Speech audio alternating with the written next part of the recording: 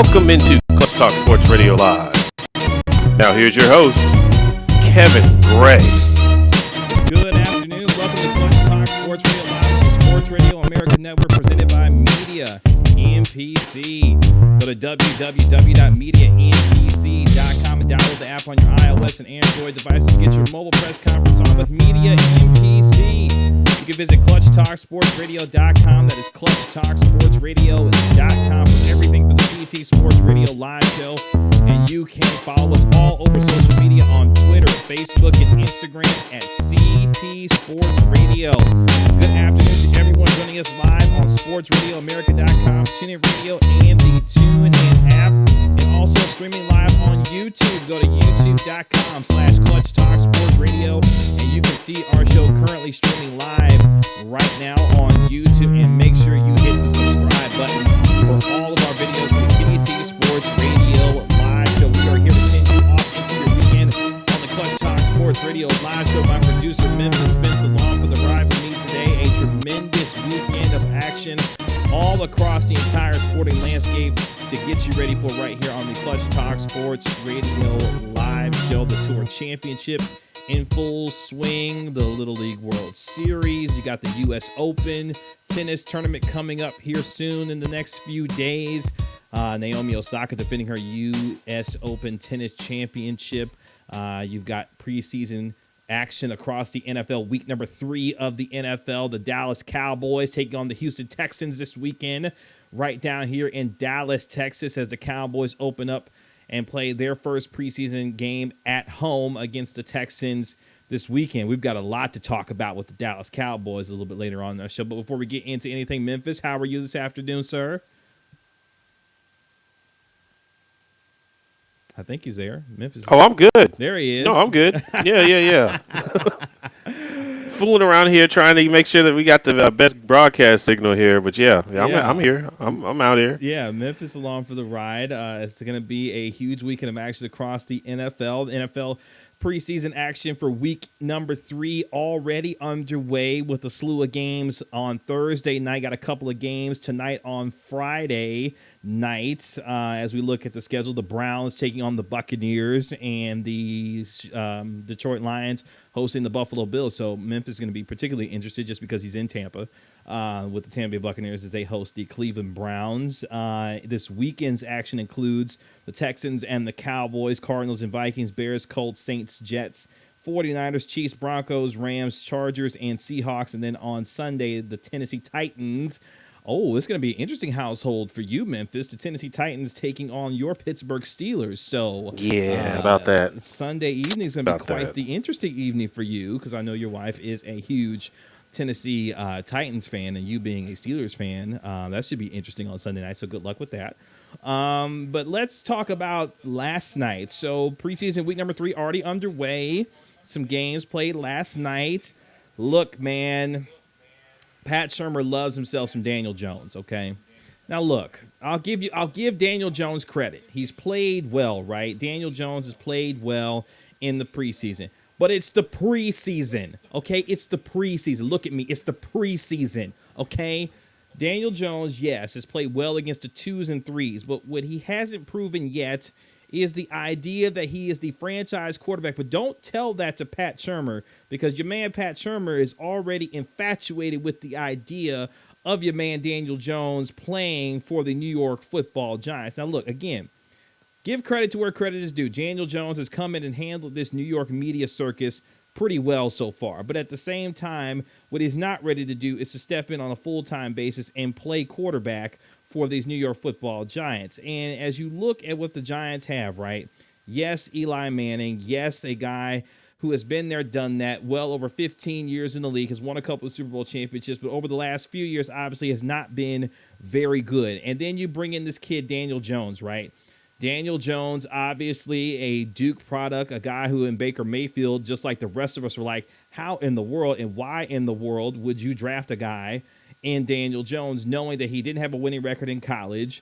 And look, it's hard to project these things going into the NFL. But your man Pat Shurmur last night said after the game, quote, You can ask me all you want about why I like him, talking about Daniel Jones. I think it's time to start asking people that didn't like him what they think, quite frankly, end quote. What?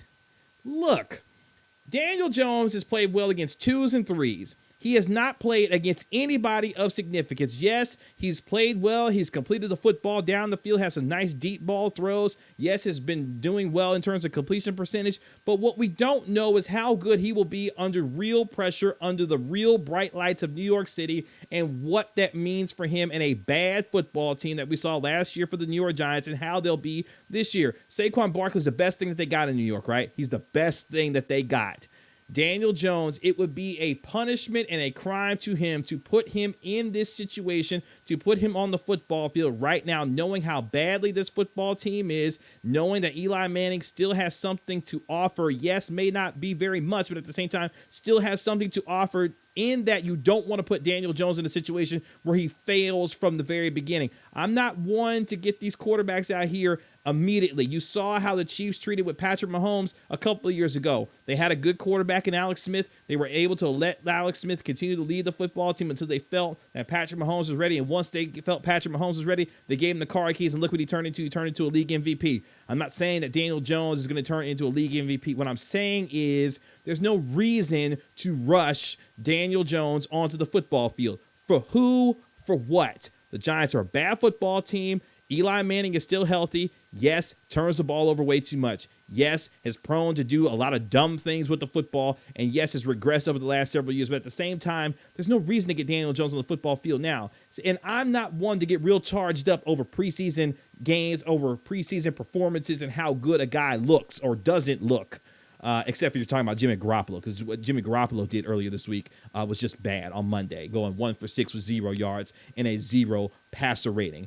That's coming off of throwing 5 interceptions in practice to his own teammates the week before. So I'm talking about Jimmy Garoppolo, not everybody else.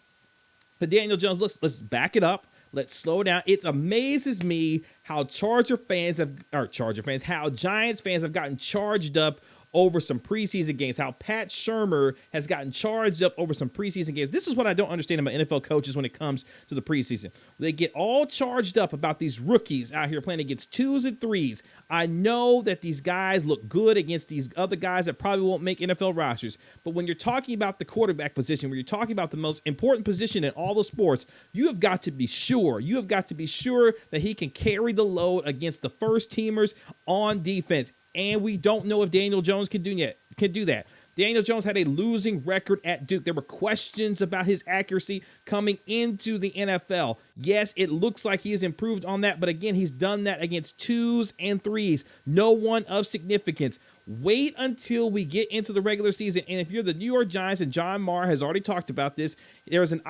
his ideal scenario is that Eli Manning would see the field all season long and not Daniel Jones anytime at any point during this season. And to me, that's a good idea. Why do you need to rush Daniel Jones on a bad football team? There's no reason to do that unless you're the Carolina Panthers, who have a different situation dealing with right now. And I transitioned to the Panthers because last night Cam Newton, for the second time in his career, got hurt during a preseason game against the New England Patriots. Cam Newton made his debut last night against the New England Patriots, went 4 or 6 for 30 yards, but was sacked twice, and more importantly, had a foot injury. A foot injury that caused him to leave the game and not come back. This is after Cam Newton came off-season shoulder surgery. This is after reports that Cam Newton's deep ball appears to be back for the former NFL MVP, and then he goes down with a foot injury in a preseason game against the New England Patriots. Now, look. This is a really bad situation for Carolina. You say Ian Rappaport says it looks like it's just a sprain. It looks like he'll be okay. If it was a regular season game, he would probably come back into the game. That's not necessarily why I'm concerned. Here's why I'm concerned at this point for Cam Newton. Cam Newton has been in the league for quite some time now. Cam Newton has been treated and played at times like a running back. Last year, and before Christian McCaffrey got there, Cam Newton was the best running back for a lot of years for this Carolina Panther football team. Cam Newton's taken a lot of hits over his career. All of these things are starting to add up. The toll is starting to be rung on this proverbial bell that is Cam Newton's career. because all the punishment that he has taken, all the abuse that he has taken, whether it's been called or not called by referees, all of that now is starting to take a toll on Cam Newton. And to me, that is a significant issue when you're going into a season that is as important as this one is for the Carolina Panthers. They play in the toughest division in football by far in the NFC South. There is no question that this NFC South division is the toughest in football. And you're going to need a Cam Newton to be healthy all season long, because if he is not healthy all season long, the Carolina Panthers go nowhere. That is how important and how good Cam Newton is. So for him to be dealing with a foot injury already, coming back in his very first game of the season in the preseason, and then to go down with a foot injury, no matter how insignificant it may be at first, because we've seen foot injuries before. They may look like just a sprain, they may be just a sprain, but they could get worse if not healthy moving forward. So this is going to be an issue that folks are going to have to pay attention to, not only for the rest of the preseason, obviously, but going into the rest of the regular season. But more importantly, how will the Carolina Panthers protect Cam Newton much better in the pocket? Because he has got to be protected. They don't have a true number one wide receiver. Their best receiver is still Greg Olsen at the tight end position. And yes, their best running back, their best pass catcher is probably overall Christian McCaffrey, with his ability to catch the ball out of the backfield, run routes, but still also run the football in between the tackles. So for Cam Newton, last night was really scary to watch him go down, not go back into the game, which he probably wouldn't have anyway after the series. He played 3 series and got sacked twice, so he probably wasn't going back in anyway. But for him to go down in the very first preseason game, not a good situation for the Carolina Panthers. So something to obviously watch for going forward, because there's a lot of expectations on him going into this season, a potential MVP candidate depending on how good this Carolina Panther team, again, playing in the toughest division in the NFC, in all of football, in my opinion, as far as the NFC South is concerned. So we'll see how Cam Newton moves forward from there. Then you have the Miami Dolphins, which we're going to get to a lot later on in the show. So they've got an interesting situation, right? Ryan Fitzpatrick is there. Josh Rosen is there. Ryan Fitzpatrick most likely is going to be the starter for the Miami Dolphins, because your man Brian Flores, who's been making questionable decisions these days, had said earlier this week that Josh Rosen doesn't appear to be ready to take over as the starting quarterback for this football team. Well, Josh Rosen last night actually looked pretty good. You said, Kevin, well, you just talked about Daniel Jones not playing well against 2s and 3s and not getting charged up over preseason performances. Why are you getting charged up over Josh Rosen? Because Josh Rosen is a guy who's been really put into a really terrible situation last year. And he needs these kinds of performances to give himself the confidence that he is still an NFL quarterback. You saw a lot of throws last night by Josh Rosen that we didn't think that he was capable of making. Throws on the run, throws outside of the pocket, running for first downs. He was doing a lot of the things that we didn't think Josh Rosen was capable of doing, because he was put into such a terrible situation with the Arizona Cardinals last year, behind a terrible offensive line, behind an inconsistent offense. He was put into a terrible spot to try and succeed, and did not do so in the year that he was there. And then Steve Wilkes obviously getting fired as the head coach and being dismissed from there. So for Josh Rosen, a performance like you saw from last night from him against the Jacksonville Jaguars is important for him going forward, to try and establish some kind of measure of confidence for Brian Flores in this organization, that he could be potentially the guy moving forward. Because we've seen the book on Ryan Fitzpatrick, okay? When Fitzmagic runs out, it runs out quick, and he gets ugly really fast. Ask Tampa Bay about how Fitzmagic works out. It works out for a little while. It looks really dazzly. It looks really good. Throw the football down the field. Deshaun Jackson was like, I want Ryan Fitzpatrick as my quarterback. I don't want Jameis Winston. Then you saw how things worked out. They don't work out with Ryan Fitzpatrick in the long run. So Josh Rosen has got to be able to show that he can be the guy moving forward long-term for this football team, and performances like the one he had last night against the Jacksonville Jaguars give him confidence, I would think, and the organization in terms of the Miami Dolphins confidence that they could potentially have their franchise guy moving forward, because he's going to have to be that guy, because at some point Fitzmagic is going to run out. So we will see how Josh Rosen builds off the performance that he had last night against the Jacksonville Jaguars. Obviously, huge preseason games coming up this week. A lot of folks, there was a really weird situation last night between the Raiders and the Packers. They were playing in Canada. Yeah. And Aaron Rodgers didn't play. And the reason why Aaron Rodgers didn't play because there were turf issues on the football field in Canada. So instead of playing on 100-yard field, it was only 80 yards long. Yeah, they shortened it to 80 yards. It was really kind of ridiculous. I don't understand why they didn't just cancel the football game because somebody could have really gotten hurt out there. So a really weird situation out there in Canada. So Aaron Rodgers didn't play. The Colts have made a decision that, Andrew Luck's not going to play in the preseason as far as the preseason game number 3 is concerned, because usually preseason action league, especially in the third game, you see a lot of the starters. Look, man, we're running into a situation now where preseason games are becoming obsolete.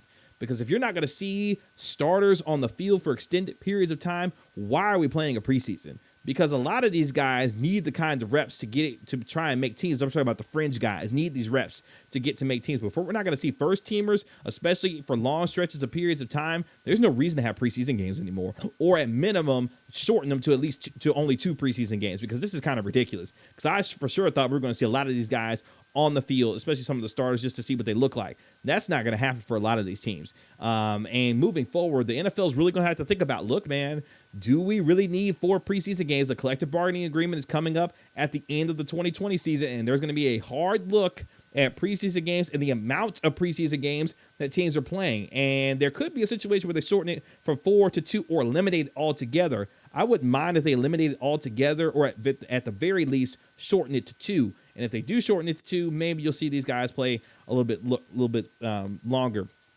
But what I don't want to happen is there being in a situation where the NFL owners look like and say, hey, we shortened the preseason to 2 games. That means we're going to make the regular season longer. That's not going to be a thing. That shouldn't be a thing. But we'll see, man. Again, a lot of games this weekend. The most important one, obviously, if you're a Dallas Cowboy fan, the Houston Texans visiting the Dallas Cowboys in preseason game number 3. Jadeveon Clowney still has not reported for the Houston Texans. So we're going to see whether or not the Texans will eventually get him onto the football field. But who knows with respect to the Houston Texans. But again, preseason week number 3 already underway. Games tonight include the Tampa Bay Buccaneers taking on the Cleveland Browns and the Buffalo Bills visiting the Detroit Lions. This is the Clutch Talk Sports Radio Live show on the Sports Radio America Network, TuneIn Radio, and the TuneIn app. We're going to switch gears and talk some college football. College football debuts this weekend. We're going to talk to Bill Bender, national college football writer for Sporting News, next on the CT Sports Radio Live. So this is real Clutch Sports Talk, CT Sports Radio Live. We'll be right back.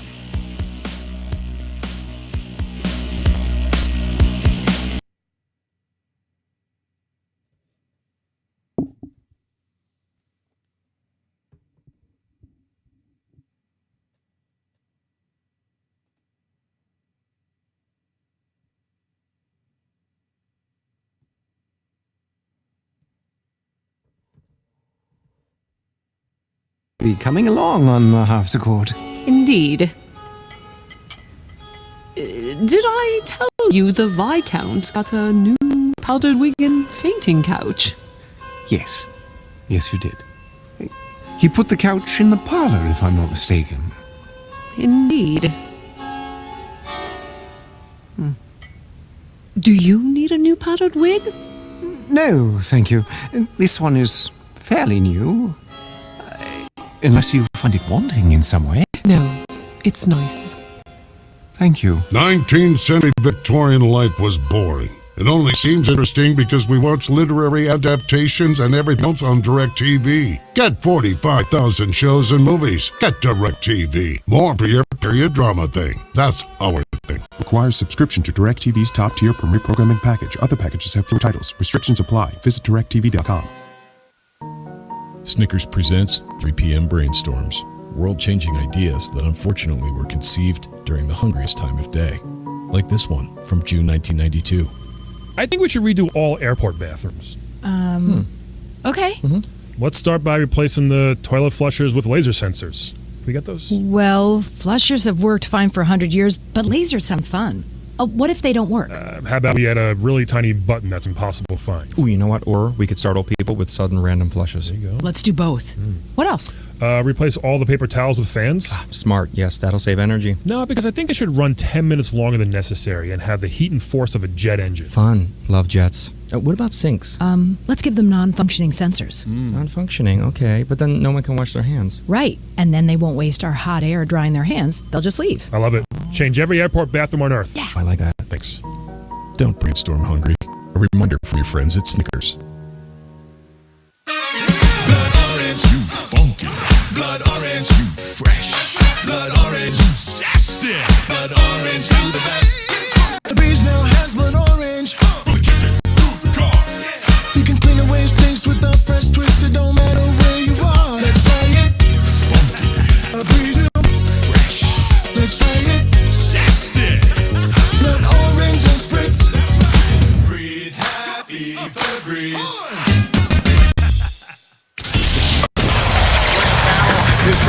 You are listening to Sports Radio America. Sports, anytime, anywhere.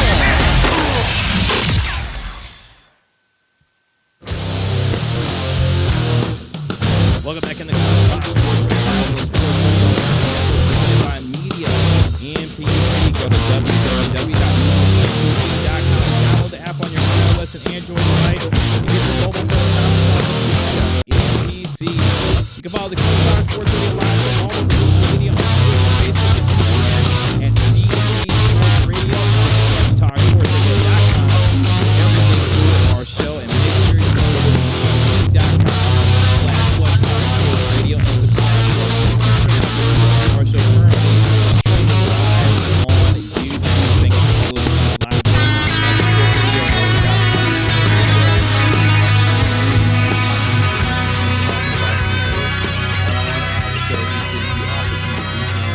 across the entire sporting landscape. It is the debut of college football all across the landscape starting this weekend, including a huge game between the University of Miami and Florida, and the Florida Gators taking place this weekend. And here on the line with us to talk more college football, friend of the program. I appreciate him taking time out of his busy schedule to join us today on the CT Sports Radio Live show. His name is Bill Bender. Bill, good afternoon to you, sir.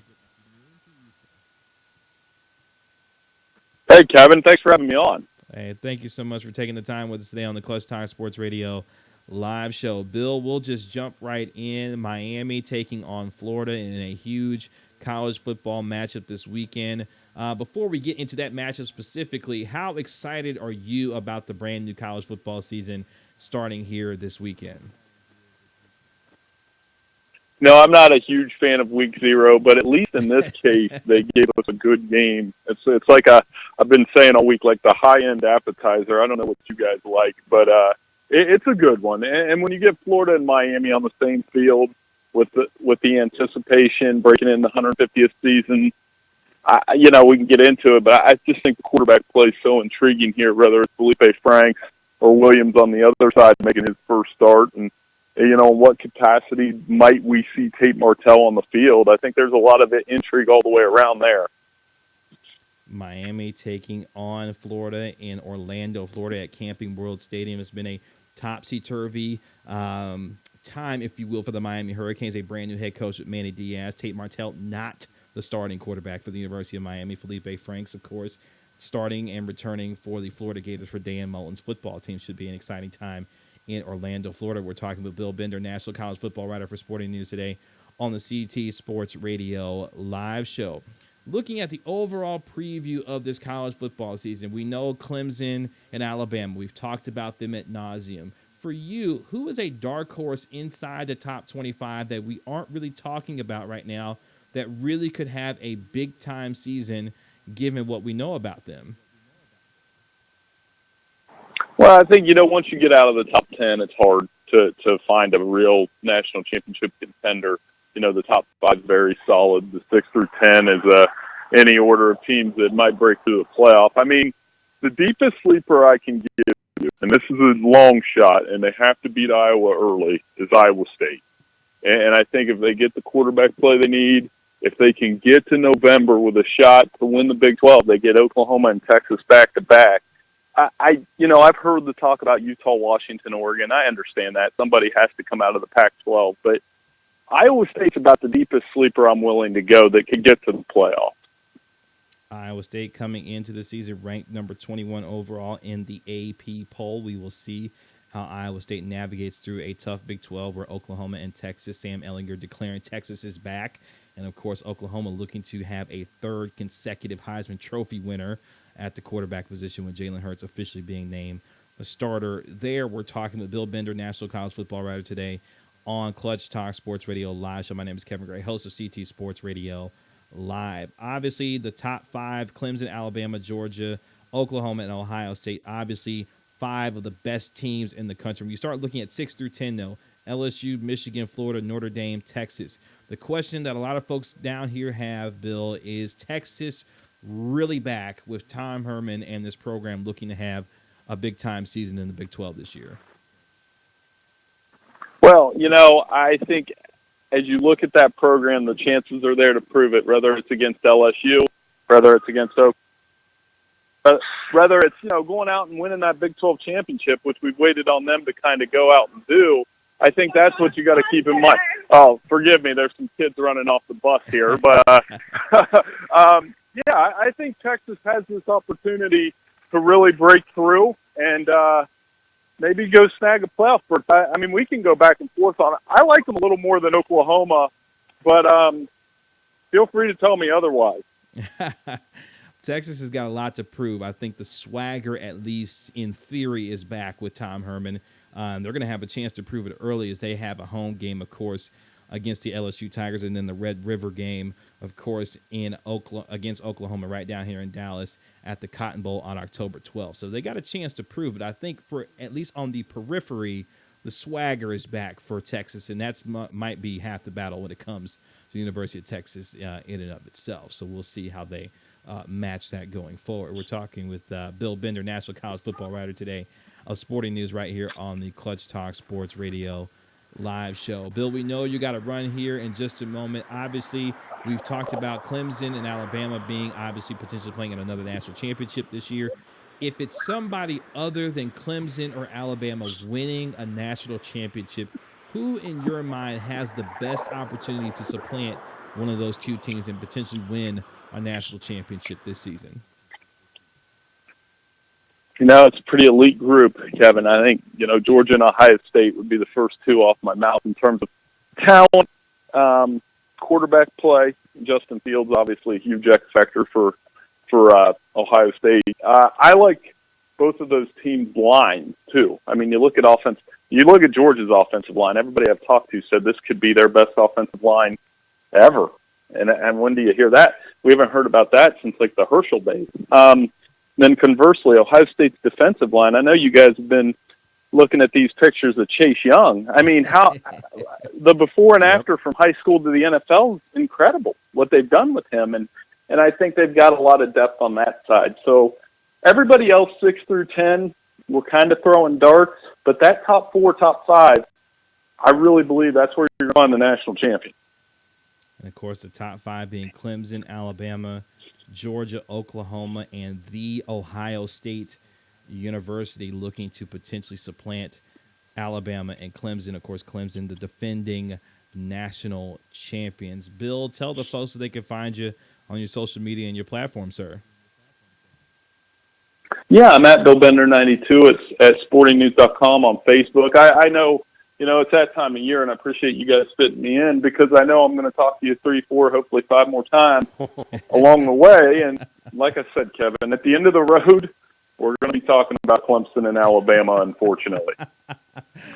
Oh, like Thanos, it's the inevitable. Clemson and Alabama potentially playing for yet another national championship. Maybe somebody else will bring balance to college football, a la Kawhi Leonard in the NBA. We shall see who that team potentially is. Bill Bender, National College Football Writer for Sporting News, good enough to join us today on the Clutch Talk Sports Radio Live Show. Bill, thank you so much for the time, and enjoy this weekend and the beginning of this college football season. I appreciate it.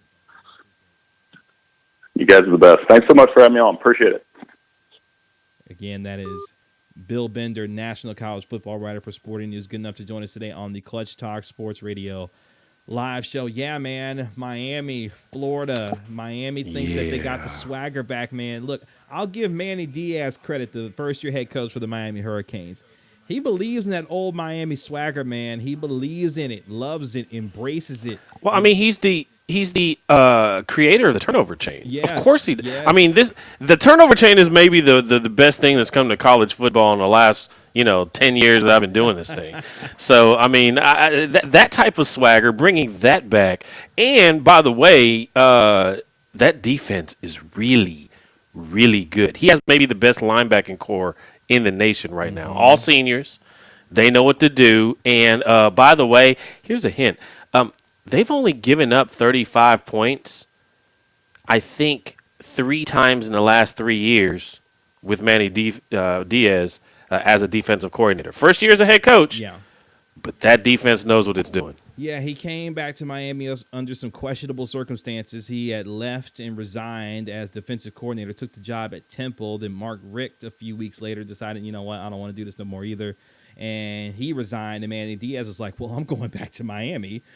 So Miami offered him the job, and he went back to Miami, resigning from Temple. So he came under some questionable circumstances, but nonetheless, you could tell that's where he wanted to be. He wants to be in Miami. He's a Miami guy. His story is actually really cool. He used to be like the video coordinator and like worked his way up into becoming the now head coach for the University of Miami as far as the Hurricanes are concerned. So really cool story with how he's been able to move up as far as the college ranks are concerned with respect to coaching. And then you got Florida on the other side. Look, man, Dan Mullen, number 8 team in the country. Felipe Franks flirted with baseball. Is going to be the starting quarterback, obviously, for the Florida Gators this year. They've got a lot of high expectations in that SEC East, obviously, with Georgia there. It's going to be a battle between Georgia and Florida all season long for that SEC East. My Missouri Tigers not going to do too much. I know Kelly Bryant is there looking to have a big-time senior season, but it's really going to come down to Georgia and Florida for that SEC East. Look, the largest cocktail party of the year between Georgia and Florida is going to be of huge significance this year. Look, Georgia is on the road to redemption. They didn't make the college football playoff last year. Got a lot of Georgia fans crying to me about how Georgia should have been in the college football playoff. Then they didn't take Texas seriously in the Sugar Bowl and promptly got dump trucked in the Sugar Bowl by the Texas Longhorns, where Sam Ehlinger declared that the Texas Longhorns are back and better than ever. So Kirby Smart and this team has a lot to prove. Justin Fields transferred, obviously, going to be the starting quarterback for the Ohio State University this year. But for Kirby Smart and his football team, they've got a lot to prove, and it starts by obviously winning the SEC East and then having an opportunity to play Alabama. I know how good LSU is. Defensively, they're going to be really good. I know Texas A&M, their recruiting class is stacked. Jimbo Fisher is building something special down there in College Station as far as the Texas A&M Aggies are concerned. But this is still Alabama's SEC West to lose this year. Tua Tagovailoa, I think, is on a mission this year to be the Heisman Trophy winner. I know he's not going to necessarily be gunning for it, but they're going to put him in a position to score a lot of points and to do it quite often for Alabama. He's got one of the best offensive lines in football, and he's going to put himself in a position where he is throwing the football consistently down the field, and he's going to put up a lot of points and a lot of stats to put himself in position to try and win a Heisman Trophy. Look, man, everything goes to Clemson and Alabama. We know that. We know what Trevor Lawrence is, potential Heisman Trophy candidate. We know Tua Tagovailoa is going to be there also. Ohio State, LSU, Georgia going to be right there, obviously. Texas looking to come in from the number 10 spot. Oklahoma, look, man, if nothing else, Oklahoma is going to score a ton of points. Defensively, I don't know how good they're going to be because they gave up a lot of points. They gave up a lot of points last year, and they don't play well defensively, especially in the Big 12 that scores a lot of points across a lot of teams in that Big 12. But what they can do is they can score a bunch of points themselves. Jalen Hurts is a dark horse Heisman Trophy candidate, in my opinion. Look, Lincoln Riley's got something to prove for a third year in a row, man. Baker Mayfield, Kyler Murray, his first 2 years, 2 Heisman Trophies. Why not Jalen Hurts as potentially winning a Heisman Trophy, a third consecutive Heisman Trophy at the quarterback position, something that's never been done in college football for one university? Jalen Hurts has a chance to be special. That offense is tailor-made for him. People forget, Jalen Hurts was the former SEC Freshman of the Year. This dude won a bunch of football games, and then obviously the storm and tidal wave that was Tua Tagovailoa swept over Alabama, and of course he wound up losing his job. But remember, Jalen Hurts was the guy that came in to help save Alabama to get them in a position to play for a national championship, if you remember what happened in the SEC championship game last year. So with that being said, Jalen Hurts knows how to play in big-time games and in big-time spots. And he's going to have a big-time season this year And the first real true test for him will come October 12th, right down here in Dallas at the Cotton Bowl during the State Fair against Texas. That is when we find out how good Jalen Hurts is, especially in this offense. And obviously, to me, the winner of Oklahoma-Texas this year wins the Big 12, period. That's how good those two teams are. No two teams are better. I know Iowa State could be potentially a dark horse there, but there are no two teams better than Oklahoma and Texas. Whoever wins that Red River game, obviously, I think goes on to win the Big 12. Because, look, I don't think either one of those teams will see each other again in the Big 12 championship game like they saw last year. Remember, Oklahoma and Texas played each other for a second time last year in the Big 12 championship game. I don't think that's going to happen this year. Whoever wins the Red River game will go on to the Big 12 championship game and go on to win the Big 12 championship, period. And that team will be in the college football playoff. I do believe the Big 12 championship winner this year will be in the college football playoff. The Pac-12 is down. Ohio State, Michigan, I know, look, man, Michigan's got a golden opportunity themselves. Shea Patterson is back. They have a chance now that Ohio State has no Urban Meyer. The mystique of Urban Meyer and all of that is gone now. There are no excuses for Jim Harbaugh and the Michigan Wolverines, especially with the senior leader and Shea Patterson coming back at the quarterback position. There's no reason for them not to win the Big Ten this year. And if they don't, if either Ohio State or Michigan don't win the Big Ten this year, neither team is going to have it. The Big Ten is not going to have a representative in the college football playoff. So there's a door open for the Big 12 this year to get themselves in to the college playoff and college football playoff, and it's going to be between either Oklahoma or Texas. One of those two teams I think gets in to the college football playoff, especially if Oklahoma and that high-powered offense does their thing once again. So we'll see. An exciting college football season. Yes, I know the inevitable is probably going to happen. Clemson, Alabama for the 100th time playing for a national championship, but at the same time, hey man, there's some intrigue. There's some intrigue on the way there. Some intrigue on the way to the college football playoff national championship. So we shall see. Thank you to Bill Bender, national college football writer for Sporting News, for joining us today on the Clutch Talk Sports Radio live show. This is Clutch Talk Sports Radio live on the Sports Radio America Network, TuneIn Radio, and the TuneIn app. Thank you to everyone joining us live today, not only on sportsradioamerica.com and TuneIn Radio, but also live on YouTube. Coming up next, Jerry Jones versus Ezekiel Elliott. We'll give you the latest on Ezekiel Elliott and why a Hall of Famer has gotten himself involved in this whole Zeke thing. We'll tell you who that Hall of Famer is and what's happening next. This is real Clutch Sports Talk, TV Sports Radio Live. We'll be right back on the Sports Radio America Network.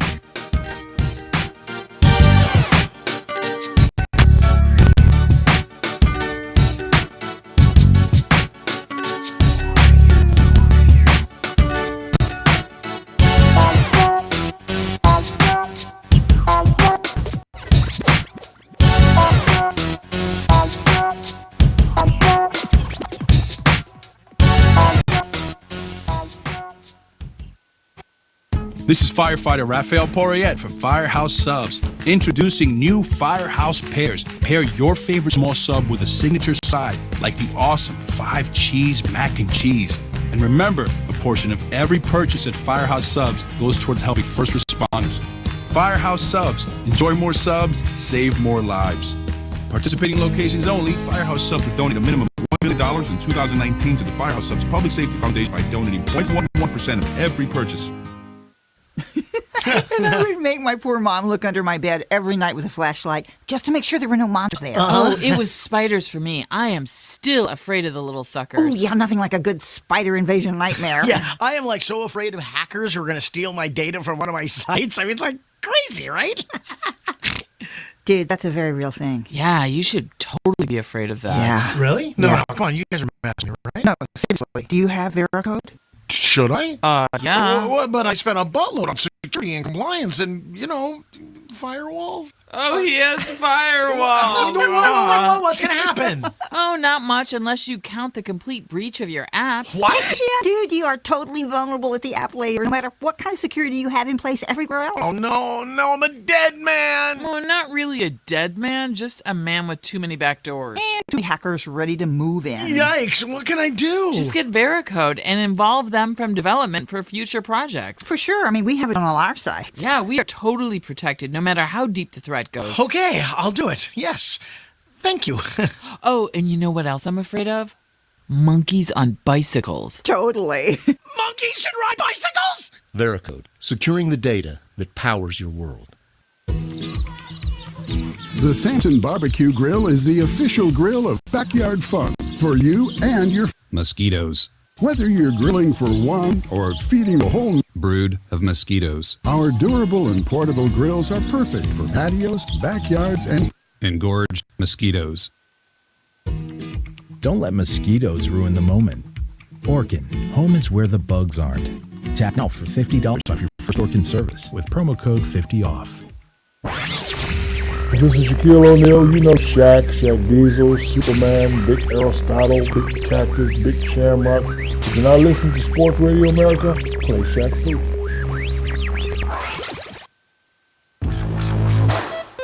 Welcome back into Club Talk Sports Radio live on the Sports Radio America Network, presented by Media MPC.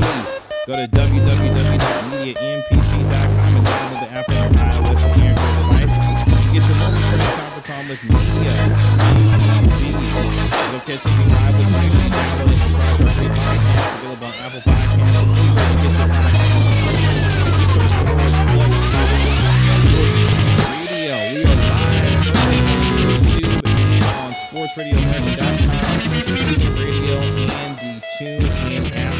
Our phone number is 888-444-0570. That's 888-444-0570 if you want to get in on the conversation right now on the CT Sports Radio live show. My producer, Memphis Spence, along for the ride with me today as we send you off into your weekend. We've got to talk about this whole Jerry Jones versus Ezekiel Elliott thing. And if you're watching me on YouTube, you see me rubbing my head because I am just about sick of all of this. My head hurts. I'm tired of it. It's an old story, and honestly, I'm ready for it to be over with. And apparently, it may be coming to an end because your man Ed Warder of ESPN, who just recently returned, albeit controversially, but whatever. Ed Warder is back on ESPN, and he reported earlier this week that the Cowboys have made Ezekiel Elliott an offer, Memphis, and it's to make him the second highest paid running back in the NFL. Okay? So, fast forward a day later, there's an announcement that comes out. The Dallas Cowboys have agreed to a contract extension with one of its players, and we'll be announcing that contract extension this afternoon. And guess what? Everybody thought, well, maybe, is it Zeke? Is it Ezekiel Elliott? Because, of course, everybody's on Zeke watch right now. No, it was your man Jalen Smith who got a brand new extension and contract from the Dallas Cowboys. And everybody was like, well, wait a minute. That's not the player that we were talking about getting a contract extension. We thought it was going to be Dak. Thought it was going to be Zeke getting a new contract extension. Well, you know, it wasn't. And reporters asked Jerry Jones about that idea about, hey, have you talked to Zeke? Have you talked to Zeke about his contract extension? What do you have to say about Zeke maybe not being so happy about the idea that you joked about his contract extension and calling and answering a question talking about Zeke who? Well, here is what Jerry had to say in relation to whether or not he had talked to Zeke and what he believes he's earned the right to do. Memphis, go ahead and let It is why we're needing to do the best job we've ever done of negotiating our contracts and making them so that we can do as good as we can about keeping this group together. Zeke's agents expressed unhappiness with the Ezekiel joke. Have you talked to them at all since then? And Look, respond to that at all? look, I've earned the right with Zeke to joke. Period. I've earned that. So, have you guys had any conversations since then at all? No. But let me be real clear about it. I've earned that right to joke. Jerry Jones says he has earned the right, Memphis, to joke with Ezekiel Elliott. Now, look, if you're a Dallas Cowboy fan or someone who follows the Cowboys regularly, such as I do, there's a lot to try and hypothesize and infer from a statement like that. Ezekiel Elliott's had a lot of issues off the football field. There was the issue of the incident back in spring break a few years ago involving a young woman. There was this year in Las Vegas where he got into a little bit of a brouhaha, a little bit of a scuffle, not even really a scuffle. He barely pushed top flight security of the world. Then you have the situation that recently came up about what happened before a playoff game a couple of years ago when he was involved in a car wreck with a fan on the way to the stadium for the playoff game against the Packers. In that situation with the Frisco Police Department. Then you have Zeke being suspended for 6 games by the NFL after having that whole situation with Tiffany Thompson and all that stuff that went down. Right. Ezekiel Elliott has not put himself in the best position. So what you could potentially infer from Jerry Jones is this. Look, man, I've done a lot to bury stuff for my man Ezekiel Elliott and put himself in a position where he can even be asking for this kind of money because he is such a talented football player. Because make no mistake about it, my friends, Ezekiel Elliott is the best football player on the Dallas Cowboys. He's the best running back in the NFL, period. Ezekiel Elliott should not ask for less than a dime of being paid the highest paid running back in the NFL. There have been many players, including former Cleveland Brown Joe Thomas, who said there's no reason why Ezekiel Elliott should make less than being paid the highest running back in the NFL. And now another a current Hall of Famer is now in the mix also. Your man Marshall Faulk is now in the mix, and he also agrees, look, Ezekiel Elliott should not take a dime than being paid less than getting less than being the highest paid running back in the National Football League. In fact, your man Marshall Faulk shares the same agent, Rocky Arsenault, as Ezekiel Elliott, and your man Marshall Faulk has decided to go down to Cabo, where your man Ezekiel Elliott is, and go train with him. Now, there was reports today by 105 Through the Fan here in Dallas by Kevin Turner that there's a source that has told him that Ezekiel Elliott is on his way back to the States this weekend. And the idea being, with him coming back, that a deal could be potentially done over the weekend. Look, if that is the case, fantastic. There have been sources that have told Jeff Darlington of ESPN that a win for Zeke would be being paid at least more than Le'Veon Bell, while still being close to the table of where Todd Gurley's being paid, because, of course, he's the highest paid running back in the NFL. Look, if Ezekiel Elliott is truly on his way back to the States and the Cowboys truly have offered a contract to make him the second highest paid running back in the NFL, that means apparently this thing is close. But more importantly, back to Jerry Jones for a second. I don't care if Jerry Jones has earned, quote unquote, the right to joke with Ezekiel Elliott. What you do not do is toy with fire, and that fire being the best football player on your team who gives you the best opportunity to win football games, that is in position to tell Jerry and Stephen Jones, if I'm not on this football field, you do not have the best chance to win a Super Bowl this year, because that is the expectation of the Dallas Cowboys this year, is to potentially make a Super Bowl. And that does not happen if Ezekiel Elliott is not in that backfield catching the ball, blocking for Dak, and running the football down teams' throats. That does not happen if Ezekiel Elliott is not on the football field. So if I'm Ezekiel Elliott, we are in the ballpark now. Everybody's in the building now with respect to these contract talks, and now we can start taking things seriously. And I've said it on this show before.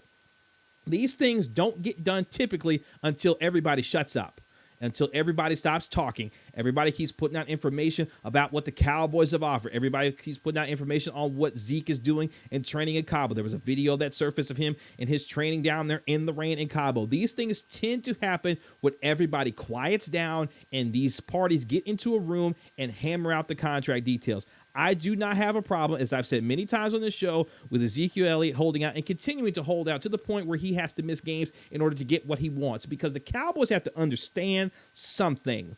These players do not care about what it is that the organization feels like they have to do to preserve winning football games, if it means sacrificing the money that they feel that they've earned and, more importantly, they deserve. Ezekiel Elliott deserves to be the highest paid running back in the NFL, bar none, period. He should not have another 300 touches put on him if he doesn't feel like $3 to $4 million this year is going to be enough to get him onto the football field, and I have no problem with that. And here's the crux of the matter now, where we are with Jerry Jones and the Dallas Cowboys and Ezekiel Elliott. It's time to get it done now. Dallas, look, Ezekiel Elliott was not going to play in any preseason games as it was to start with. That we know. He didn't play in any preseason games last year, led the NFL in rushing, no problem. So he wasn't going to play in any preseason games this year. But now we're just about 2 weeks away from the start of the season in the National Football League. Ezekiel Elliott needs to be on the football field, period. Now is the time to get this done and quit toying around. Look, this is the part of negotiations I cannot stand. When parties get into the media and start negotiating and putting tactics out there in the media one-on-one with each other and trying to get the media on one side. Because, look, if you watch this and how this is played out, the Dallas Cowboys have tried to change the narrative with respect to Ezekiel Elliott. And they've used the rookie Tony Pollard as a measure of potentially trying to do that. And again, if you want to get in on the conversation, the phone number is 888-444-0570. That's 888-444-0570 if you want to get in on the conversation. The Dallas Cowboys have tried to change the narrative with respect to Ezekiel Elliott and how they have framed this conversation. They tried to use Tony Pollard, the rookie running back, and saying, look, Tony Pollard looks good. We could see a scenario of him and Zeke on the football field together. And, as he continues to develop, he could be a guy that, can carry the load down. Look, man, stop it. This is all, look, if this was any other player in any other position with respect to the NFL, we wouldn't be talking about this conversation. If Ezekiel Elliott is a quarterback, if he's a defensive end, if he's a cornerback, we're not having this conversation. The narrative on running backs has got to change. I understand that the shelf life of a running back is much shorter than any other position in the NFL. But at the same time, when you have a dynamic back, when you have a back that transcends the game, this is the player that you have to pay. And Jerry has made this painfully unnecessary. It is very simple.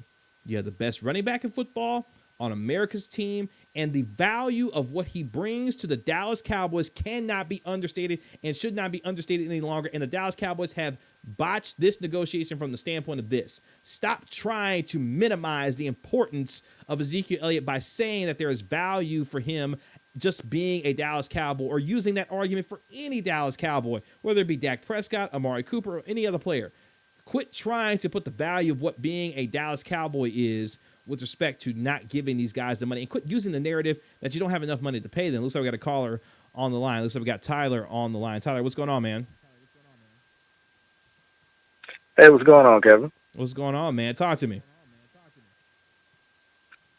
Yeah, just to piggyback off of what you were saying, I think Jerry need to go ahead and come out of his pocket, man. Pay Zeke what it's worth. I don't know if Dak is worth 40 or not, but Zeke is definitely worth every penny. Let's get our workhorse in and let's focus on making the playoffs. It just amazes me. Look, I understand business. I get business. But this business is very simple with respect to Ezekiel Elliott. He's the best. Pay him like he's the best and move on. I don't understand the idea of trying to play hardball with your best player, because this is what I don't want to have happen moving forward. I don't want Zeke to feel like he's been disrespected, which he probably already feels that way, being disrespected by an organization that he obviously has wanted to play for and wants to continue to play for moving forward. And this is the guy that, look, he's the proverbial straw that stirs the drink for this Dallas Cowboy football team. This Cowboys team does nothing without Ezekiel Elliott on the football field. And for Jerry to play with this the way that he has and not just simply get it done, to me, it just baffles me, knowing the repeated history that we saw back in 1992 and 93 when Emmitt Smith held out, famously missed 2 games. They lost those 2 games. They signed him. They went on to win the Super Bowl. I don't understand why Jerry would even want to have that kind of history potentially repeat itself. What say you on that? No, and not just with Emmitt Smith. Look how they did DeMarco Murray. And we had to struggle without him soon as they let him walk out the door until Zeke fell in our lap. But we was only able to get Zeke because we no longer had a running game. Of course, with Romo injuries, our record dropped, and we wound up having to get Ezekiel Elliott. But Dallas right now just don't have a good track record of re-signing their top running backs. But Zeke is not just a top running back. He's the best player on the team, and he should be taken care of as such. Tyler, tell the folks they can find you at, man. Appreciate it. Yeah, Best place to find me is our Facebook page, Sports and Culture.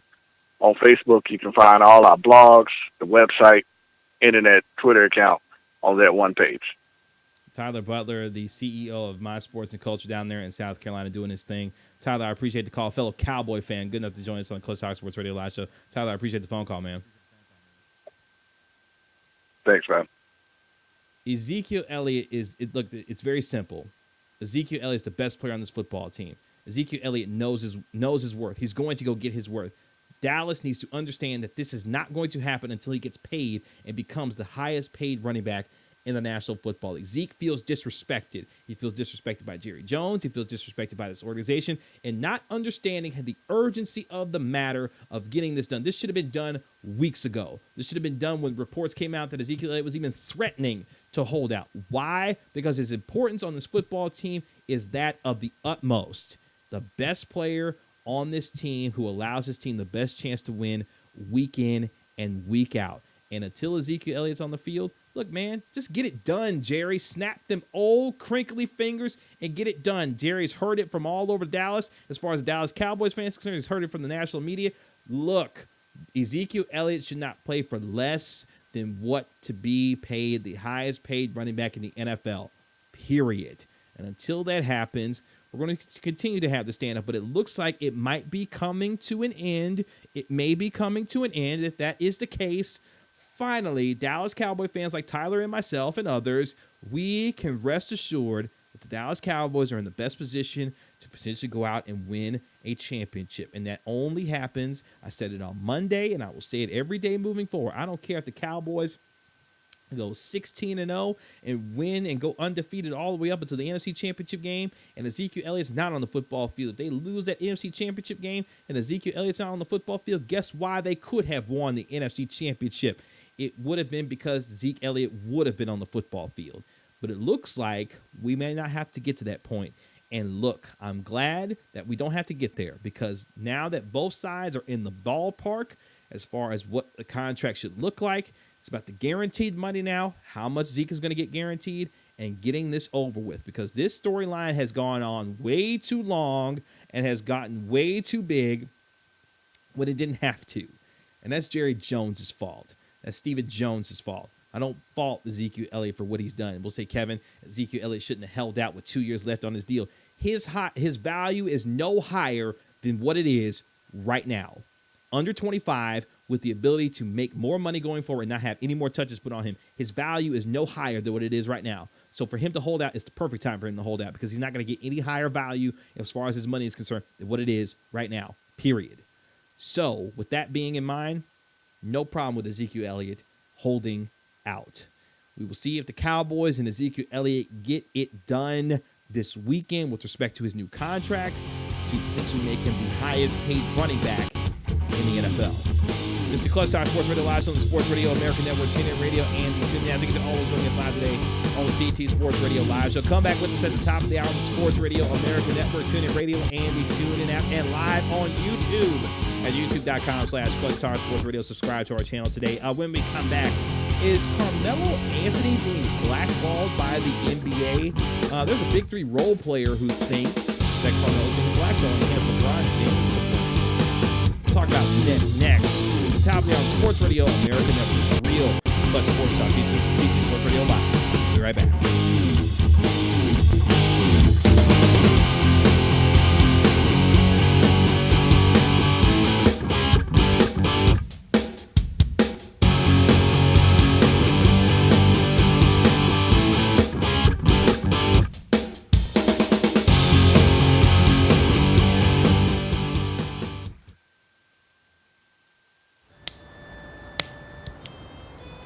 My horse has got some kind of problem with his foot. Oh, no.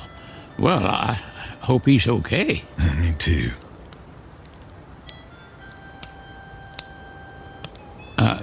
Do you know what Cookie's making for supper tonight? Beans, I reckon. That makes sense. That harmonica's nice. Yeah, that's soothing.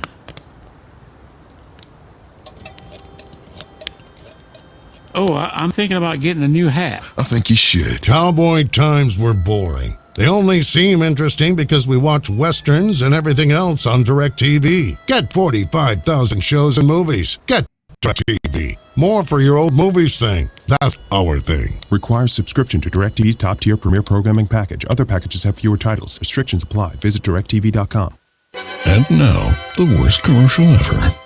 Hi, I am Justin Galvin, retired athlete from your local ball team, so I know a thing or two about insuring a landscaping business. I trust the pros, commercial auto and business insurance through Progressive. Get customized insurance solutions that'll hit a grand slam home run for you. We done? A totally mailed-in celebrity endorsement. Awful. Whereas commercial auto and business insurance through Progressive is anything but. Visit progressivecommercial.com to quote today. When you're straightforward, people can tell. When you're doing an ad for Old Spice Cooling with Mint Body Wash, you should probably mention it. Old Spice Cooling with Mint Body Wash. Now at Walmart.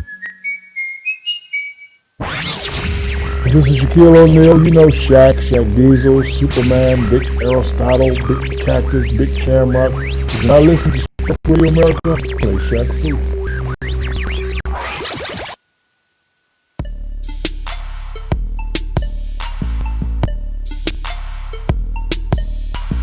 Welcome back to Clutch Talk Sports Radio Live.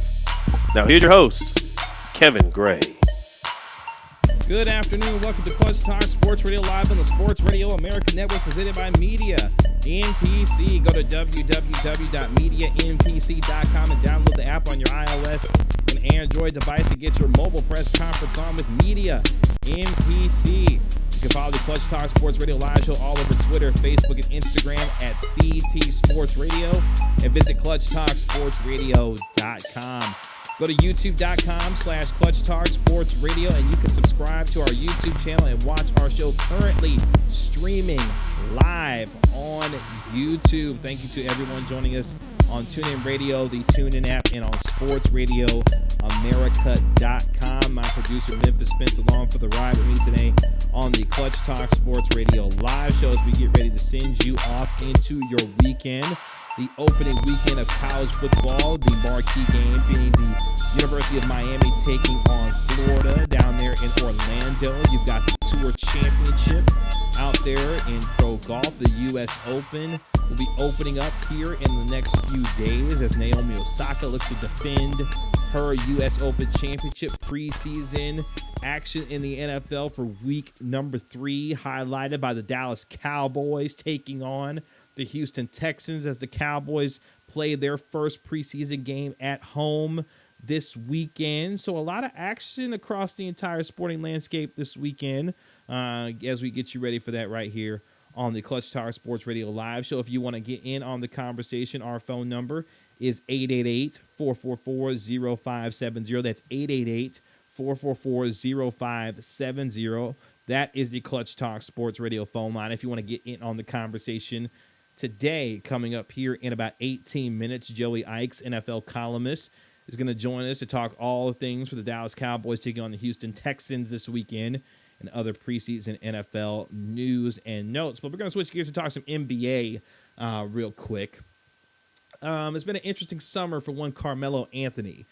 Carmelo Anthony has been going through the paces of trying to find himself on an NBA roster. Carmelo Anthony, of course, 34 years old, not on an NBA roster. He went on a public ESPN tour, did a whole media interview with your man Stephen A. Smith, talked about some of the things that's been happening to him on the court, off the court, mainly on the court.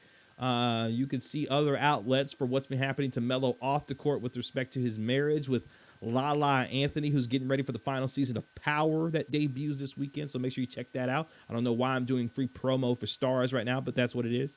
But here we go with Carmelo Anthony trying to figure out what his basketball future looks like. Carmelo Anthony even tried to get on Team USA for the FIBA World Cup. Team USA winning yesterday against Australia in their debut, their exhibition debut as they get ready for the FIBA World Cup. Carmelo Anthony couldn't even become a part of Team USA, even though he's not on a basketball team. And the Big Three, if you don't know about the Big Three, of course, ran by Ice Cube, who was down here in Dallas this past weekend for a huge weekend of basketball down here in Dallas for the Big Three as they go into the playoffs and into the championship the following week. One of the role players in the Big Three, and I say role player, and I make that term loosely, Royce White, formerly of the NBA, has some very interesting things to say about Carmelo Anthony and whether or not Carmelo Anthony is being blackballed by the NBA after only playing 10 games for the Houston Rockets, then traded to the Bulls and then the Hawks and cut and all this other stuff. He has some very interesting things to say with respect to Carmelo Anthony and how that relates to LeBron James. Memphis, you got this sound. Let's go ahead and play that for the folks. Let folks hear that. Melo is absolutely being blackballed. He's one of the realest in it. He's one of those dudes that, you know, he ain't like me. He don't talk like brash and straightforward like that, but he has those morals and principles, you know. And he's given too much to the game for them not to allow him to play, or for them to, you know, kind of culturally just make a decision or an agreement that he's not good enough anymore. All of us here that play the game at the highest level know how good Melo is, and we know that there's no way that the Lakers would go out and sign Jared Dudley and not sign Carmelo Anthony. And another question is, while a guy like LeBron is walking around here like he's the face and voice of the players, how is he letting his banana boat brother hang out there in the wings and they go sign Jared Dudley and not Carmelo? If anybody watching this thinks that Jared Dudley can hold Carmelo's jockstrap, I'll slap you. And that piece of audio and video courtesy of Fanatics View. That's funny, that last part. But look, man, several things to unpack here. Number one, it's not like LeBron James is the look, we joke all the time about LeBron James being the de facto GM of any team that he's ever played on, whether it be the Miami Heat, the Cleveland Cavaliers, the 2 times that he did, or now currently with the Los Angeles Lakers. Look, we joke about the idea that LeBron James has this overarching power to construct a roster and put it together the way he does. And in some ways, he does, because he has a lot of input on who is and who isn't on the roster. We'll come back to that here in just a second. This idea that Carmelo Anthony being blackballed by the NBA is an interesting one. I don't think there's a large conspiracy to keep Carmelo Anthony out of the NBA. That I do not think is happening here. Here's what I do think is happening. Carmelo Anthony is a very specific type of offensive player. And some of the things that Carmelo Anthony has failed to embrace in his career have ultimately led to the detriment of him not being on a roster right now. And here's what I mean by that. Carmelo Anthony has been a star in this league ever since he got in back in 2002, 2003. Was a 2002 national champion 2003 national champion with Syracuse, defeated the Kansas Jayhawks at the time. Then came into the league with LeBron James and Dwayne Wade and took the league by storm and was able to help, the Denver Nuggets reach to the, go to the Western Conference, deep into the Western Conference playoffs. And then, he wound up getting traded to the New York Knicks, where we thought he was going to be able to take the Knicks and help them become, a championship contender year after year after year. They only had one 50-win season when Carmelo Anthony was there. Then he started dealing with injuries. And then later on in his career, got traded to the Oklahoma City Thunder and then, the Houston Rockets. And Carmelo Anthony's dealt with a whole lot of things as far as injuries on the court and then off the court stuff that really has not allowed him to be the consistent player that he was when he was in Denver and even in his prime years when he was in New York. And one of the things that Carmelo Anthony, I think, has failed to realize is this. The game moves fast as far as cultural pace of play and what it means to be a player in a specific era. Carmelo Anthony played in an era where isolation ball was the thing. Give the ball to a guy, go let him do his thing. Carmelo Anthony is a fantastic offensive basketball player and proved that when he was in Denver, proved that when he was in New York. Carmelo Anthony could score with the best of them. And here's the other part about this. Carmelo Anthony, yes, is one of the 450 best players in the world in terms of playing the game of basketball. But what he is not is a guy who potentially fits with a lot of rosters today that do a lot of the things that current NBA rosters do, except maybe the one team that he was actually with that got cut if he was actually that kind of a player 5, 6, 7 years ago, if he was in Houston with James Harden. Give the ball to James Harden, go let him do his thing. And again, the phone number is 888-444-0570. That's 888-444-0570. So with Carmelo Anthony, look, the question is this. Carmelo Anthony has a massive ego. And it's not a bad thing. It's not a bad thing to have a massive ego. It's not a bad thing to have a big ego. But one of the things that Carmelo Anthony failed to realize early on, as far as his declining skills were concerned, especially when isolation started to move away from the game of basketball in the current form that it does, Carmelo Anthony never really adjusted to that. Carmelo Anthony never adjusted to the idea that becoming a bench player would be the best thing for him to do in his career. Because I've always said that as far as Carmelo Anthony's career is concerned, especially as he started to move toward the latter years of his career, he would be a perfect leader of a second unit. But this was 3 or 4 years ago when the skills started to initially decline. Who knows at this point if Carmelo Anthony could even be a leader of the second unit? And a lot of teams, and Stephen A. made this point, I thought it was a terrific point. Can teams find themselves, would they rather bring in Carmelo Anthony as a guy that would be a 9th to 12th man on a roster, or just leave him off of a roster altogether? Because to me, it would be more disrespectful to have Carmelo Anthony on a roster as a 9 to 12 man than to not have him on a roster at all. Carmelo Anthony's skills as an offensive player are too good for him to be a 9 to 12 man. Could he be on a second unit? Yes. But did he realize that too late in his career to be able to adjust to the idea of being a consistent bench player and role player? I don't think he has understood what that means just yet. And again, credit to Fanatics View and Ball is Life for the video and audio that we heard with respect to Royce White. We got a caller on the line. Caller, what's your name? Where are you calling from? Hey, what's up? This is Ben from Dallas. Ben, what's going on, man? How you doing? I'm on BS3 Sports. Good, man. I wanted to chime in with the Melo and the Royce White. I mean, he's really making a good point, because this is LeBron's boy, and I think this deal is going to happen. And I think Carmelo should be on the team. I think he still has something he could add. I don't think it's too late, but if it goes past this year, I think it's going to be time up, because that's going to be a total of 2 years, basically, or almost 2 years that you have not played. But I think if there was a team, I think it's the Lakers. And I'm always the person that likes to talk about reunion tours, so you can go back to the Nuggets, his last year, call it a day. Maybe they make a playoff run. And, I think that'll even be something that could possibly happen. So, Ben, let me ask you this. Are we overstating the idea of LeBron James's influence to bring a player in on a roster, even if it is one of his closest friends with Carmelo Anthony? Because I think we might be overstating the kind of power that LeBron James has to bring in a player that a team in the Lakers may not feel necessarily fits the needs of what they have right now, given that they brought in a guy like Jared Dudley. What would you say to that? Well, I'm going to say, if you remember halfway through the season, where basically the whole team got traded, and they had new guys, like they were walking in the locker room, like, "What's your name? Who are you? Where'd you come from?" So LeBron has the power to do whatever he wants. I mean, that's what I believe. Just because of what we've seen in the past, and because I think the Lakers want to ultimately please him in whatever way, shape, or form. So I think that this deal could truly happen. I don't know. I'm not gonna say it's all on Melo, because you do have, obviously, you've got a coach and you've got the GM and all that kind of stuff. But LeBron's in the conversation, and if he says, "Please do this for Melo," then I think they would do it. Ben, tell the folks that they can find you on your social media and your platform, sir. Definitely. So BS3 Radio on all avenues of social media. Check it out. On the show tomorrow. So tune in from 10 to 12:30 Central Standard Time. Appreciate the phone call, Ben. Appreciate the time, man. Yeah, appreciate it too. Keep it up. Appreciate it. Yeah.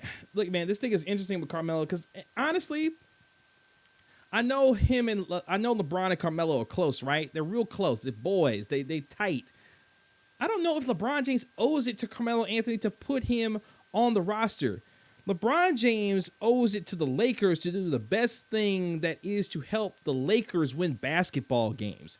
I don't know if Carmelo Anthony is what's best for business for the Lakers to win basketball games. I have said that Carmelo Anthony could help a roster. I don't know if Carmelo Anthony necessarily fits with this roster. They have other needs at other positions, especially center, where they worked out Joakim Noah and they worked out Dwight Howard, talking to Mo Spates today, and trying to figure out what they do at the center position after Marcus Cousins tore his leg up.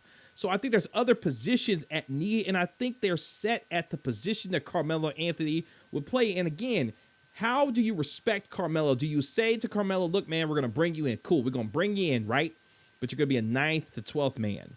I don't know if that's the role that Carmelo Anthony should be put in and the position that he's put in, especially when there are other guys that are going to see significantly more minutes than him, because at that point, he's just riding the bench at that point. I don't think Carmelo Anthony fits on the Lakers based on what they already have and what other needs that they do have. Now, there are other rosters that could use a scorer. As Ben mentioned, the Denver Nuggets could use a bench scorer. There's a team like the Philadelphia 76ers that could use a bench scorer. Carmelo Anthony can still play in the NBA. The question isn't can he still play? The question is, where does Carmelo fit in 2019? And it's amazing how quickly the game can pass you by based on the era of basketball that you started in and the era of basketball that you finished in. You saw that with Kobe Bryant. Kobe Bryant was wildly inefficient as his career went on, especially into the later years of his career. Carmelo Anthony, in a lot of ways, is the same way. The game is much more efficient now. The ball moves much more quickly now. The ball moves at a much faster pace. Pace of play is something that is extremely important in the NBA. Carmelo Anthony has never been that kind of a player. So it isn't a question of whether or not Carmelo Anthony's skills can be used in the NBA. The question is, where do his skills fit in an NBA that changed since when he first got drafted in 2003. And until that question is ultimately answered by a team who brings him in, I don't know if we will see Carmelo Anthony in the NBA. Is that a bad thing? Not necessarily. Should Carmelo Anthony be in the NBA? He should be. But the question is, where? And I don't know that answer to that question, because there are teams that really have to figure out what Carmelo truly is. He can shoot the basketball, but he's not necessarily a catch and three-point shoot guy. He can shoot the basketball, but he isn't necessarily an efficient catch and shoot guy. There's a lot of deficiencies with Carmelo's game as they've gone on over the years. So where and what can he do efficiently enough for a team to justify him being on a roster? And most importantly, and Carmelo Anthony has said this when Stephen A. asked him, he said, did the Rockets really even approach you about your role with the Rockets as being a bench player? And he was like, no. But Billy Donovan did when he was with Oklahoma City. Somebody has to make the expectations clear for Carmelo. Look, man, you're going to be on this roster. You're either going to be a 9th or a 12th guy, or you're going to be at the tail end of a second unit, which means you're not going to see much playing time. So you better give us what you can based on what we brought you here for.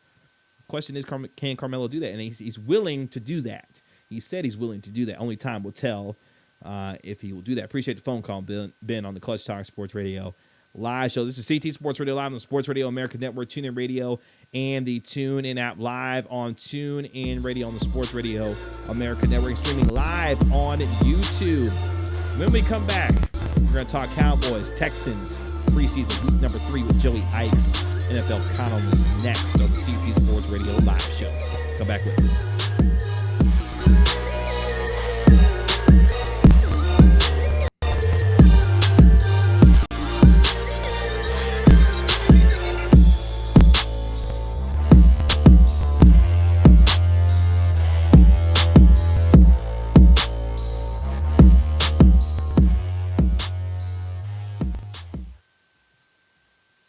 For decades, John invested all his money into floppy disks.